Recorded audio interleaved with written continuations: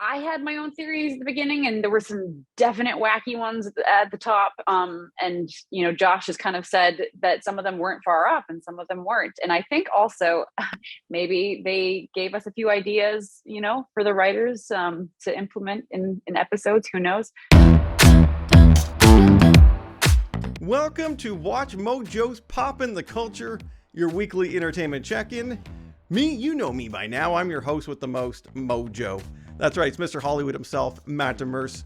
And I know I say this every time, but we got such a great show for you. I'll be speaking with cast members of Manifest. That's right, they're back for a fourth season on Netflix. I got the scoop, spoiler free of course. But first, as we do, let's jump into those Hollywood headlines. All right, everyone, we begin with the good news and not so good news that has rocked fans of The Witcher.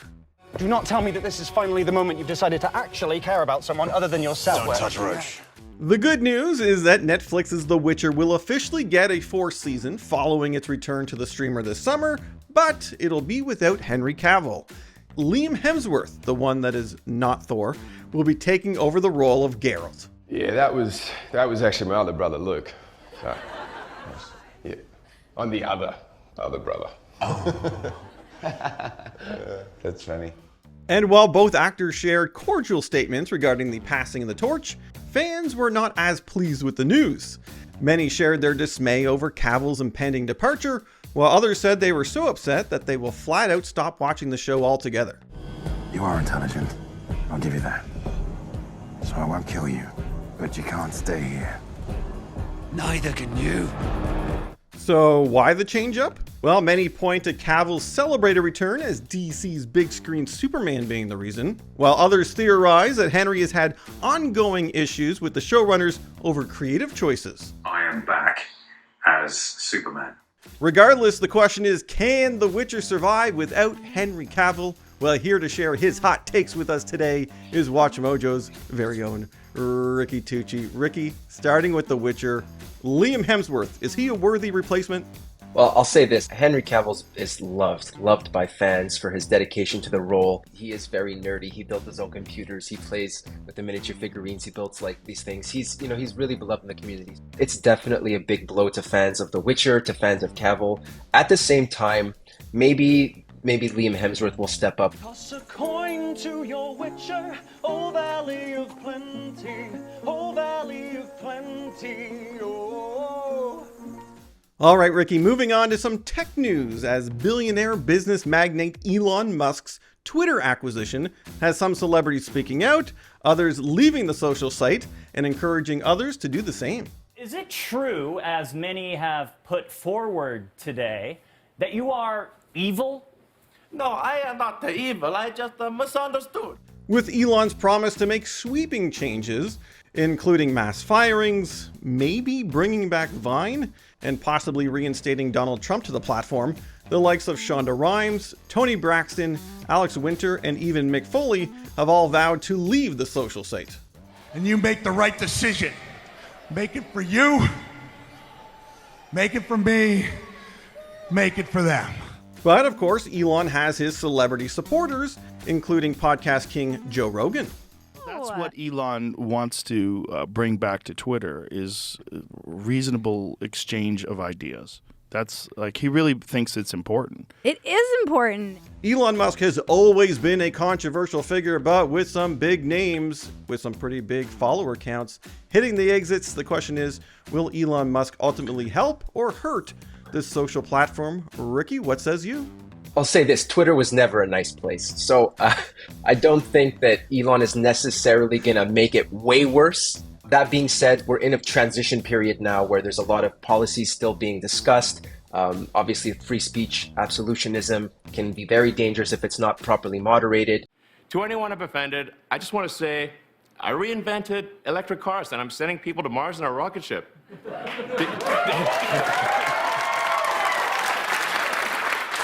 Did you think I was also going to be a chill, normal dude?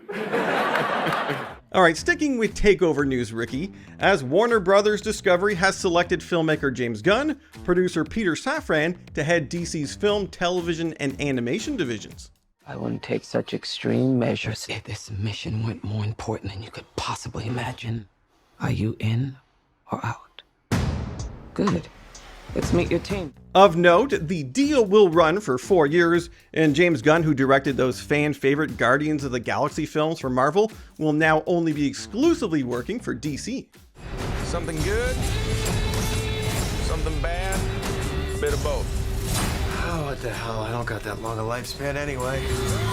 Also, movies taking place in separate universes already established within the DCU, like the upcoming Joker sequel, will not be overseen by Gunn.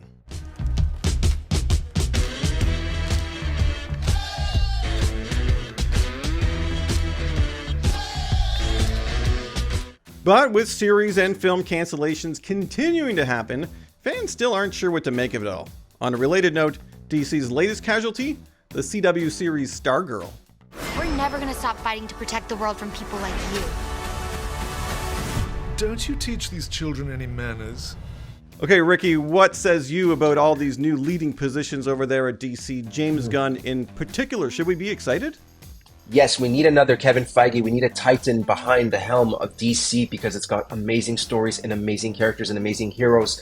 And obviously, a lot of controversy surrounding a lot of actors and a lot of the properties. I think James Gunn is definitely the right guy to get it kickstarted in a fresh direction and maybe, make it an actual competitor to the MCU. Ratatouille, what do you got? Bird. Now it.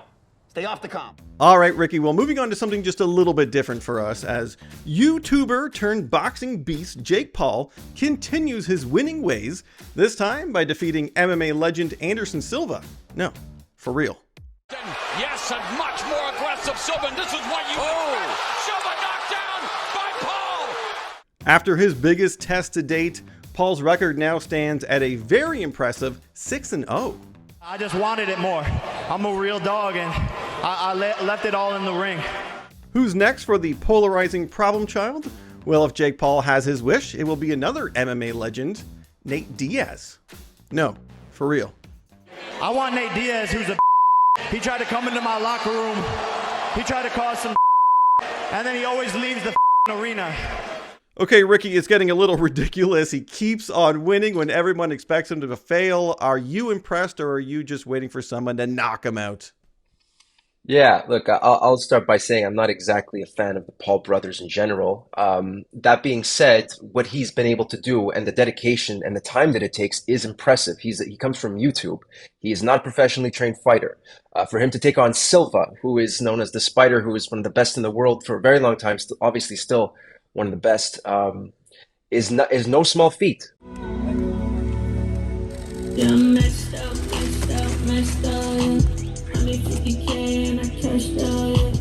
Okay, Ricky, well, last for us in the Hollywood headlines is news regarding James Cameron's long in the works Avatar sequel. I look forward to December when you will be able to experience Avatar: The Way of Water exclusively in theaters. Yep, the Hollywood Reporter has revealed the film's runtime, and it's going to be longer than the first installment's 2 hours and 41 minutes. This one, it's going to clock in at 3 hours and 10 minutes. Can a response normal? How you feeling, Jake? Hey, guys. Welcome to your new buddy, Jake. Good. This won't be the Oscar-winning director's longest film, though, as 1997's Titanic ran for 3 hours and 14 minutes. Still king of the world, I guess. I'm the king of the world!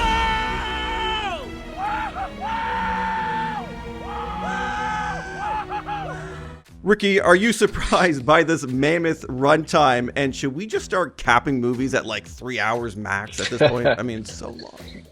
Don't think we should make it commonplace to have these movies running at almost 3 hours. I think it's a lot for audiences, and I think that I don't know necessarily. Maybe just make a sequel, right? Like just to split it in half and make like a nice solid 2 hour movie, and then an hour 45 movie and tell a bit more story, whatever. But it's hard for me to sit down unless it's a property I really care about. This family.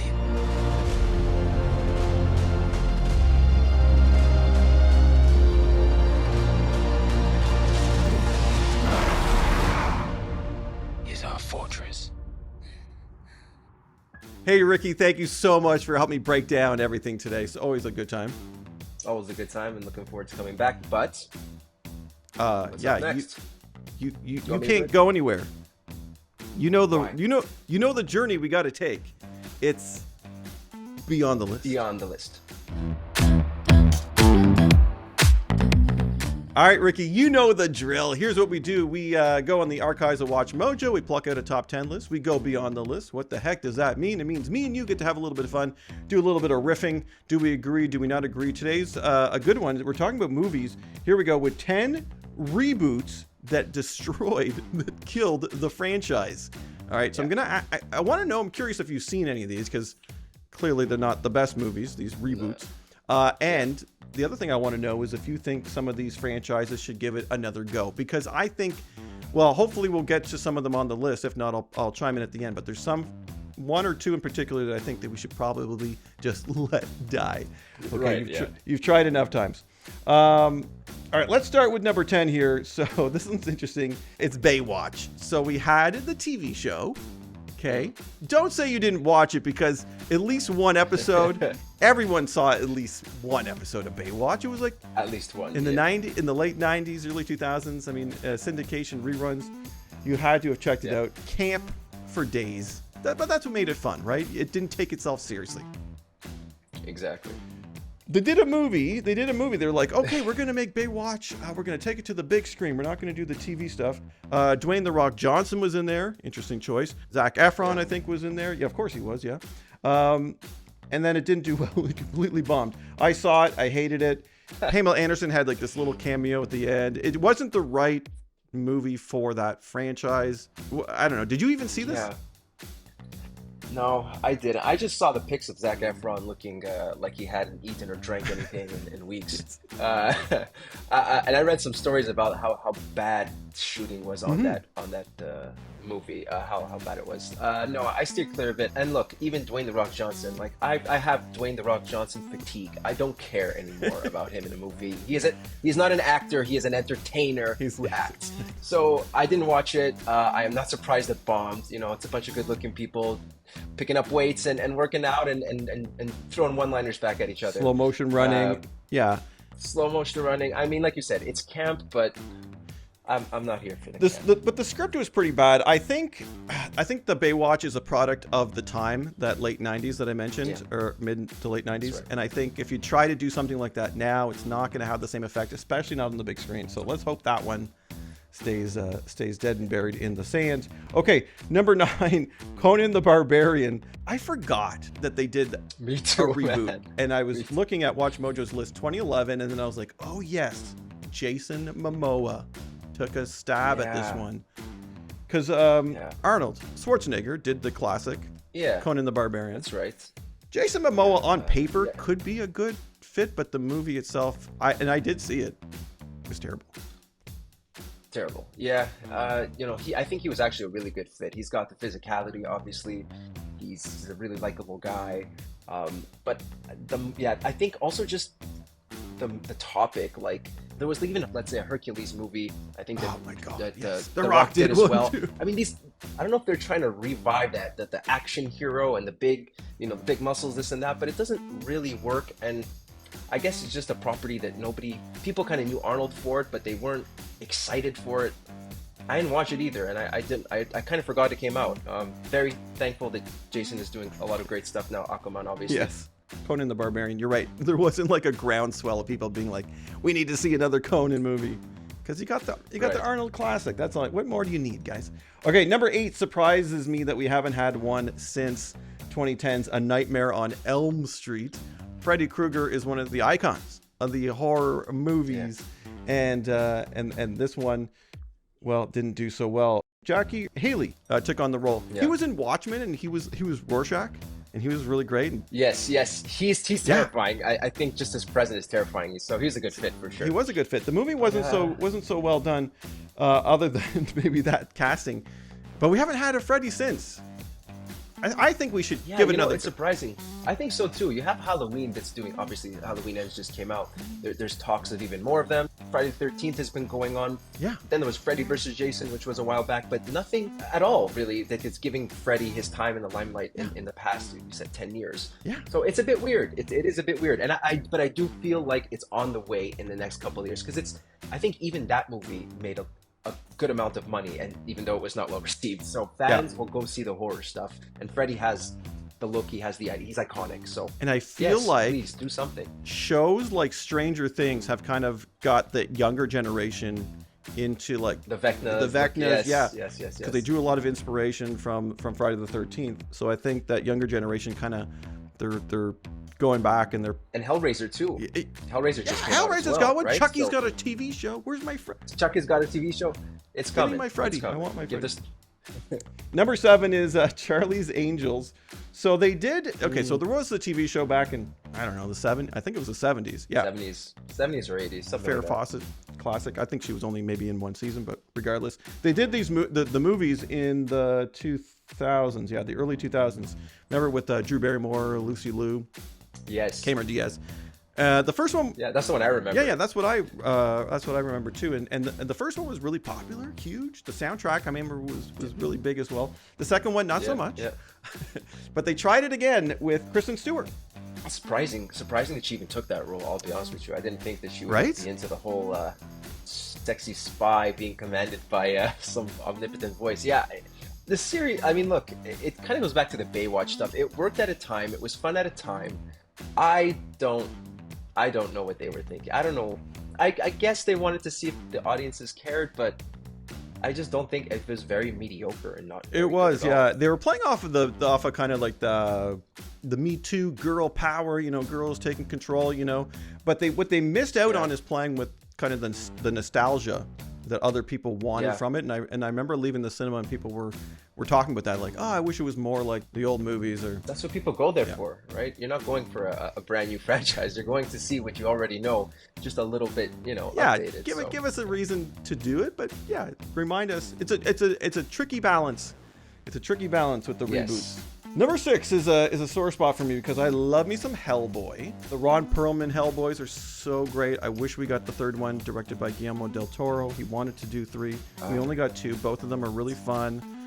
2019, they did the reboot with David Arbor, from Stranger Things. And this is another thing on paper that could work. R-rated. Fits. Yeah. Right. Movie was terrible. Yeah, CGI fest. Oh my God, it's terrible. Again, Guillermo del Toro isn't there. No. You can't take away the auteur. You cannot take away the auteur and just hope that David Arbor could save the day. He's great. He's got the height. He's got I think he was actually a great pick if you had to replace Ron Perlman. Yeah. But it just doesn't sell. It just doesn't work without the brains behind it. And from what I heard, there was a lot of interference with the studio and meddling. And anytime that happens, a project is the creativity is dead. They're going for the big action sequences. They want to bring in as much money as possible. Number 5, we're at the midway point. King Arthur, Legend of the Sword, 2017. Guy Ritchie was a director. He did Snatch, and he did a lot of. He's very stylized with his editing techniques. Yeah. Not a good fit for something like King Arthur Legend. For a medieval epic fantasy that should like a Peter Jackson type deal. Yeah, it was a head scratcher. And I had seen it. I like Charlie Hunnam. I think he's cool. He's got a good look. But again, I've heard the tale a million times, right? It's another thing. It's like King Arthur, you know the story. So if you're not bringing anything radically fresh, if you're not really getting people excited, it's just another spin-off. It's like doing a Robin Hood movie. Like we know what we're getting. It has to be exceptional, and if it's not exceptional, then seen it. Yeah, it did not work. Doolittle is number 4.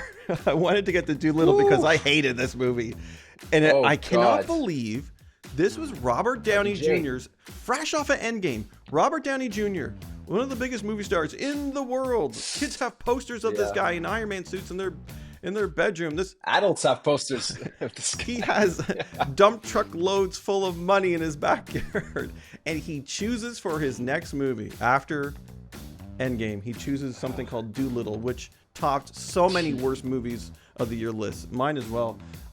it was just a stink fest. It was so bizarre, so weird. I hated everything, almost everything about it. Why? Yeah, you're not alone. Clearly, I don't know. Look, maybe there was a nice paycheck at the end of that rainbow. I can't picture RDJ reading that script and being like, "Yep, this is the post MCU role I'm taking." Like they offered him a bunch of money, and there was just a ton of CGI that looked terrible.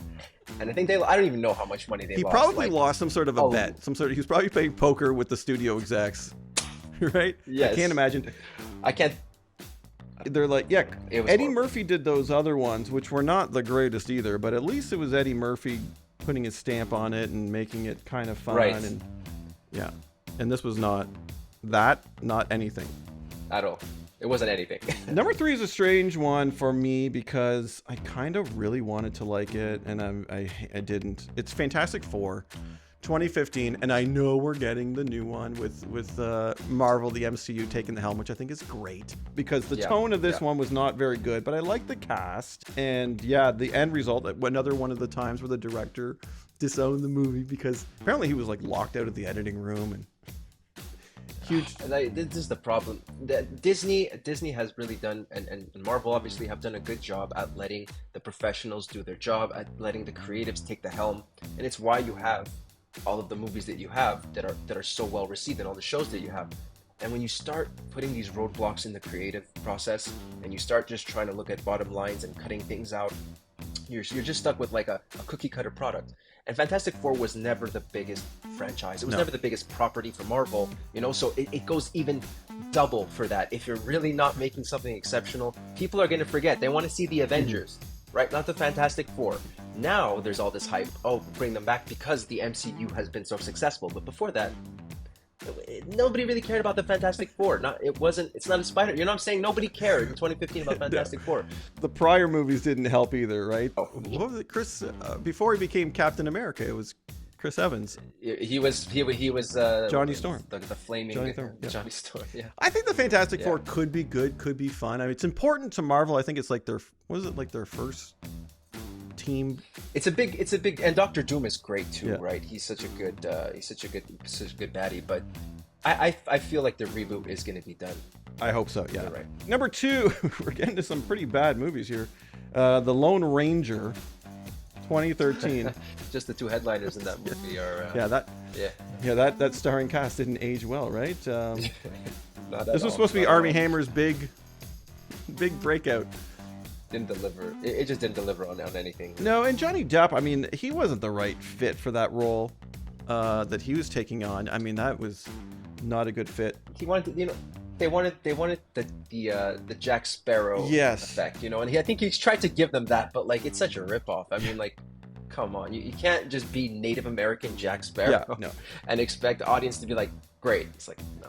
It lost a ton of money, and they were supposed to do all kinds of follow-ups. Lone Ranger, I don't think there was too much interest in a Lone Ranger movie to begin with, but I don't think we'll see one for a long, long time, and that's fine with me. Number 1, oh yes, it has to be The Mummy. The Mummy 2017, Tom Cruise. Ooh, yeah. This one was odd because I remember watching the trailers and I was like, okay, well, Cruise gonna do some cool stunts, and there were some good action scenes on this airplane. He's flying out and all kinds of stuff. Yep. And then I watched the movie and it was so weird because right in the middle, there's like this part with Russell Crowe, and he talks about all these other it was clearly setting up like they're so bad. And I was like, what is going on here? And it didn't feel like the Brendan Fraser ones, right? People went in kind of expecting that Mummy experience, like the Brendan Fraser films. Right. Didn't get that at all. So just a big miss on so many levels. But yeah, I think they tried way too hard to set up this universe, and everyone was like, no, your movie sucks. Why am I going to watch these other ones? And look, Tom Cruise, obviously the guy's a crazy stuntman. So when you go watch a Tom Cruise movie, you're expecting that. At the same time, Brendan Fraser is so loved that his magic in those movies, when you watch the new Mummy, there is no magic in there. It's like you said, it's just setting up a cinematic universe for the Mummy to make more movies that are mediocre. So you have the magic lost with Brendan Fraser, and you have Tom Cruise, who just he's not that fun action guy. That's what. He does the series. You know, I don't have fun with Tom Cruise. I want to see crazy shit happening with Me Tom too. Cruise, right?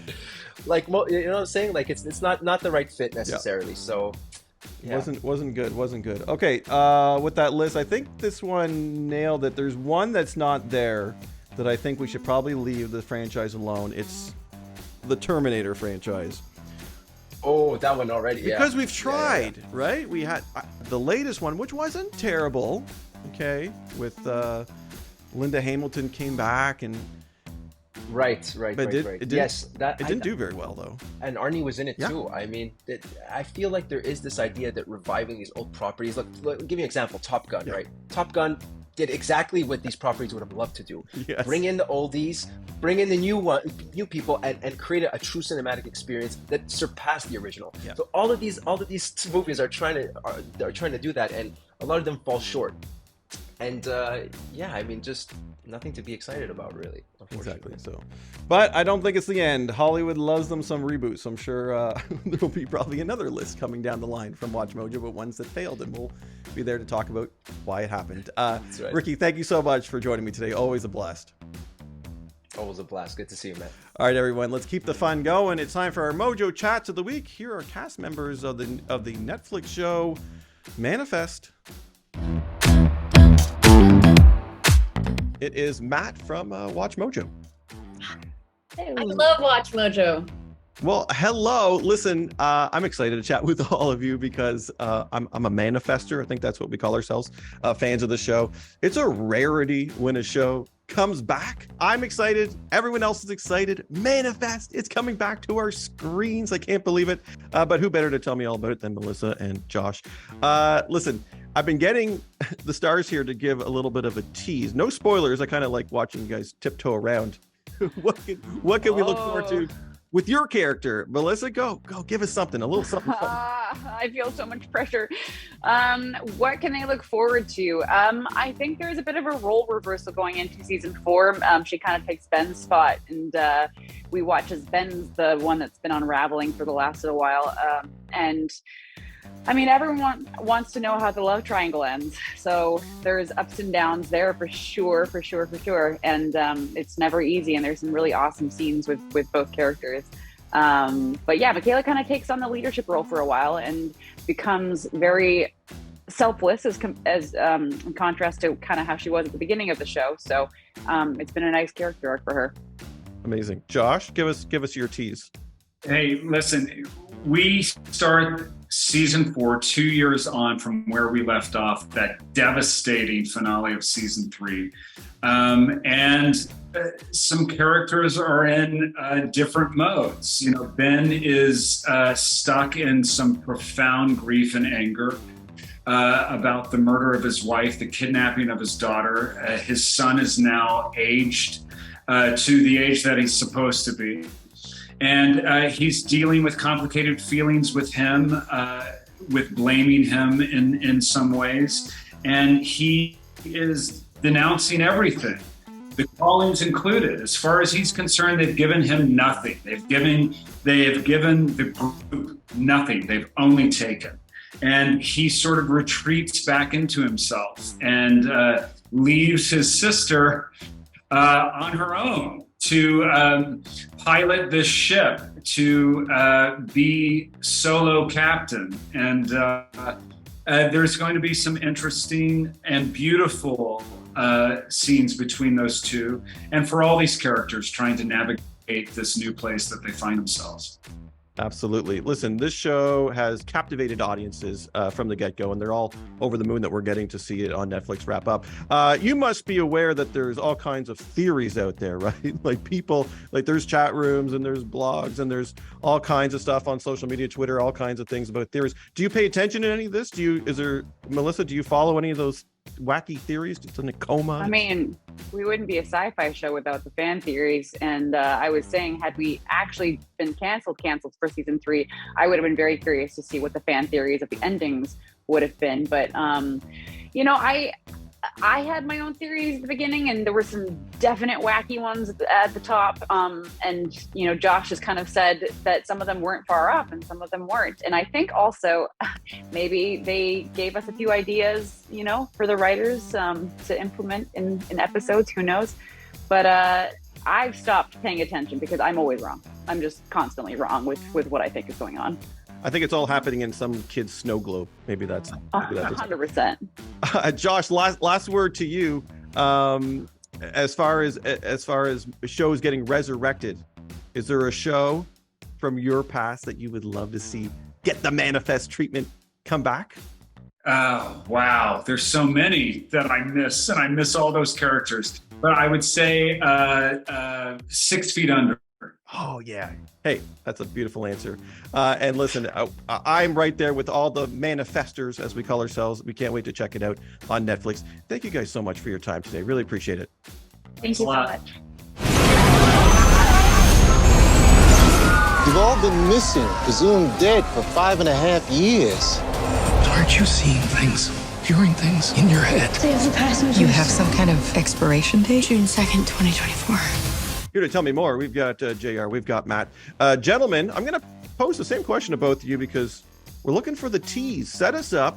Let us know what we can expect out of your characters. And again, no spoilers, but, whet our appetites a bit. Matt, maybe start with you. So, season 3, 2 years have passed to the beginning of season 4. We see Zeke's empathic abilities have progressed so much so that he is now able to sort of harness them and control them in a way to do good. But throughout the course of the first 10 episodes, let me just say this. They've come to define him. He doesn't really know who he is without them, and it puts him in a really dangerous position. I love it. I love it. JR, give us your tease. I love seeing Matt trying to have to figure out how to say without giving anything away. What we can say, what we can't. Yeah, it's so hard because you don't want to give anything away, and I just want to have verbal diarrhea. It's like we can't. Yeah. As for Jared, well, we saw at the end of season 3, he loves to just pour his heart out there and say it how it is. So he confessed once again, his undeniable love for Michaela. This season, it starts, like Matt said, 2 years in advance. We'll see the repercussions of what that is, of what happened, what happens after, who Michaela decide to choose kind of thing. As for his work, he got in a little bit of trouble in the off season, so he's demoted. He's back to being a lieutenant, but it's Jared. His whole life revolves around helping this family and making sure that he is an intricate part in trying to find out, this massive looming ticking time bomb that they have over their head, which is in the death date. And there's new characters come in and it's very exciting. The stakes are through the roof, and all your questions that you have will be answered. So okay, good. It's not like I remember Lost. They were kind of writing it as they go. So they have an end game in place. Yes, definitely. Jeff came into this with a plan. Jeff Rake, the creator, came into this with a plan. He knew the end game from the beginning, and the fans, I'm sure JR will agree, the payoffs are there, the questions are answered, and I think they're going to all be overjoyed and really happy with the finale. Amazing. Speaking of overjoyed, fans were overjoyed that this show got a chance to wrap things up with Netflix. Why do you think that is? That some show, because honestly, you get a bazillion shows debut every year, and only a select few make it, and only a select few of that select few become hits and really connect with audiences. What is it about Manifest? Well, we had such an interesting journey on the show. There were the highest of highs, the lowest of lows. It went up and down. We got canceled on NBC. It was on Netflix right at the end of that NBC run. It blew up. We were canceled right after it was on Netflix. So we had like weeks of the show being at #1 and all of us not knowing what was happening. Then we get the resurrection on Netflix. It's just been the most incredible journey. I think the reason it resonates maybe with fans, I don't have all the answers because we almost like caught lightning in a bottle. Like there's not a real reason for all of it. It's just been a magical thing. The characters are all really diverse. There's someone for everybody. The story, the premise of the show is an awesome premise. This plane goes missing for 5 years and then comes back. That's a great idea, and everybody's imagination can kind of run wild with that. And then the relationships between the characters have been really well built up, and they all have rich backstories, and it's interesting to watch, and I think people can watch it together too. It's a show that a lot of families can watch together. Yeah, it brings the fandom community together. JR, very quickly, I don't think we have too much time, but if you were to bring back a show, like people brought back Manifest, any shows, anything? Wow. A favorite of yours? Yeah, I'd say Luther. I love Luther. I love Idris. Like Luther, The Wire. I mean, there's been so many great shows that just like really resonated with me. But yeah, I'd say Luther. I'm a big Idris Elba fan. I just thought that show was done really well. I bring that back around. Never say never, especially with Netflix. Thank you, Netflix. Manifest, we encourage everyone to check it out. And thank you guys for your time today.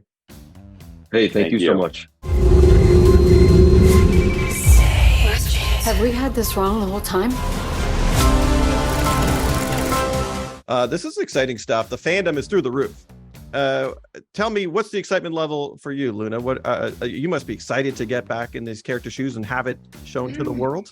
Yeah, I was, I was beyond stoked when I found out that that Netflix was gonna pick us up for another season, and that was well over a year ago now that that decision was made, and we've already wrapped, and we've filmed our 20 episodes, and it's crazy. I'm so grateful, and I'm so happy that we were able to finish this story and get to tell everyone's story, and really just solve this mystery, and we do, and we get to it, and it's something that's really cool to watch. It's really exciting. Before I move to Ty, I'm going to ask you this question because it's such a rarity to have a show get resurrected and come back. Is there a show from your past, or maybe one that recently got canceled, that you would love to see get back on?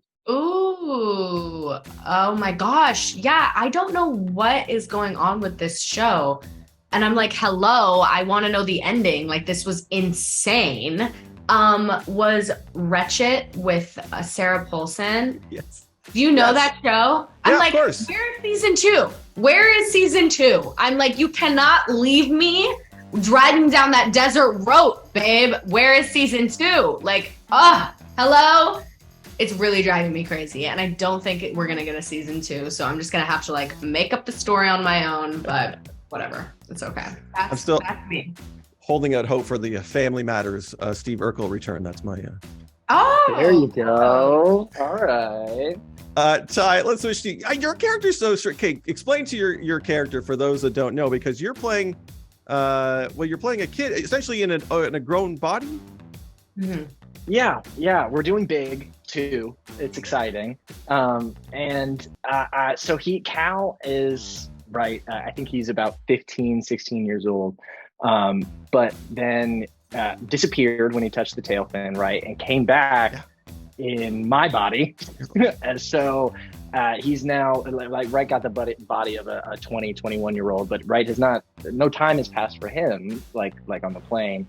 So it's tricky. He has to grow up and is expected to act like an adult without ever getting the chance to really come into his own being as a person, especially since now that when we find him at the beginning of season 4, he's trapped inside his house, right? Because it would be wild. He doesn't want anyone to know that he is Cal, because that would be bananas, and he'd be locked away forever and experimented on like a little lab rat. So it's hard for him to put all of that in perspective and figure out who he is now and what all this means without sort of the time and natural maturity. Absolutely. I can imagine as an actor, that's going to be a challenging role to do, but you do it very fascinatingly well. Okay. That's nice. This show, well, listen, I'm a little afraid of flying, and this show doesn't really help that. Give me a do and a don't when it comes to travel. I'm sure you guys do the airplane thing. Ty, what's a do? Give us a do and a don't when you're traveling on the airplane. And a don't. Yeah. Okay, I'll tie them together. I never drink too much water before a flight. It's like one water bottle before I get on the plane, and then like when they do drink service, get a water then. That'll keep you hydrated. But then you get to sit in the window and you can lay your head. And so my do is definitely sit in the window seat. I have long legs, so people often try to give me the aisle. But you can't rest your head and fall asleep. Like, I am the king of plane sleeping. I can't fall asleep in a car at all, but whatever it is about planes, I'm unconscious. Yes, Luna, I'm with you. It's my superpower. It's a superpower. I'm like, yes. And so, but you need that head, because otherwise I end up like falling over. I'm like breathing hot breath in my neighbor's face, and they are like so upset with me. So it's window seat all the way for sure. Amazing. This clip will now go on Travel Mojo. Listen, I think we're out of time now, but I really want to thank you for your time. We want to encourage everyone to check out Manifest over there on Netflix. yes. And WatchMojo. Please, yes. WatchMojo. Watch Mojo. Amazing. Thank you guys so much. Really appreciate it. 2 years ago, I touched the tail fin and disappeared again. And then came back 5 years older. I need to remember what happened. What is it? It's not just a box. It's the black box. To answer all the questions, Parveen, I'll start with you. We know fans were over the moon. What was it like as an actor on the show to get that call, or to find out that, yeah, I get to come back? Well, it was a bit of a slow burn because our showrunner, we have a group chat, and so he kept us in the loop. I think the moment that was the most kind of jarring was we were all dealing with the emotions of having just been canceled, and then finding out that we were on Netflix. None of us knew. And then all of a sudden we're on Netflix. And I specifically remember in the group chat saying, well, wouldn't it be cool if we got into the top 10? And then we did, and then we stayed in that was the part that was just so surreal to watch. And then also watching, experiencing what it was like walking around in my neighborhood post getting on Netflix. It was wild. Yeah. Well, that's the thing. Once the show landed on Netflix, I think Manifest specifically lends itself to that bingeability, right? With all the cliffhangers you just want to watch. And that's what's great about Netflix. So you guys found a great home, I think. Daryl, switch to you. We've been trying to find out, what is it about the show that people have hooked themselves onto so much? Like, if we can drill down, is there something, and is there a show from your past that hooked you the same way this show has other people? I think everybody finds a character on this show that they can emotionally invest in, that makes them feel something. That's the amazing thing to me, that each character has a personal story that is so compelling. As for me, I'm a lot older than anybody here. So I there was a show called The Fugitive with David Jansen, and he was such a good actor that every week you were completely invested in his journey. And I think that's what happens for the fans of this show with different characters. Absolutely. Holly, I'll switch to you because, listen, I'll be honest, I don't really like flying. I'm a little tiny fear of flights. So shows like this make me a little uncomfortable. Your character is obviously part of this mystery. We'll find out that happened on that flight. What's your relationship with airlines? Have you ever experienced anything strange? You know what? I haven't experienced really anything strange, probably because most of the time I'm just fast asleep. But I just was traveling this past week, and I did feel weird on the airplane. I felt kind of like it was just too, like, hitting the nail on the head. And, something could happen. You just never know. And that's the crazy things with like TV shows and movies. They put these wacky ideas into your head, and you're like, well, I don't know, maybe it's based off of truth somehow. So yeah, this show definitely can add to people's nerves if they're already uncomfortable with it. Maybe people should try watching this show on the airplane. That's a whole other experience. Okay, before we go, last question, and we'll make it quick, but you can watch now on Netflix. You can watch the show at home on your couch. You can relax. What's that one food pairing item that you would recommend you watch with Manifest? What's that one food that would go perfect with your show? I love Lay's and mustard. Lay's chips and mustard? Yeah, Oh, it's very good. I Just a dip, like the mustard. yeah. dip. Regular. Homemade popcorn. Yeah, this is a popcorn. You're right. I like those too. Holly, what's your pairing quickly? I would say cake, just something comforting and sugary and not good for you. Cake. Veg out, pig out for Manifest. Do what you got to do, but definitely do check it out on Netflix. Thank you guys so much for your time today. Thank you, WatchMojo. Thank you. Thanks, everybody. We are now beginning our final descent.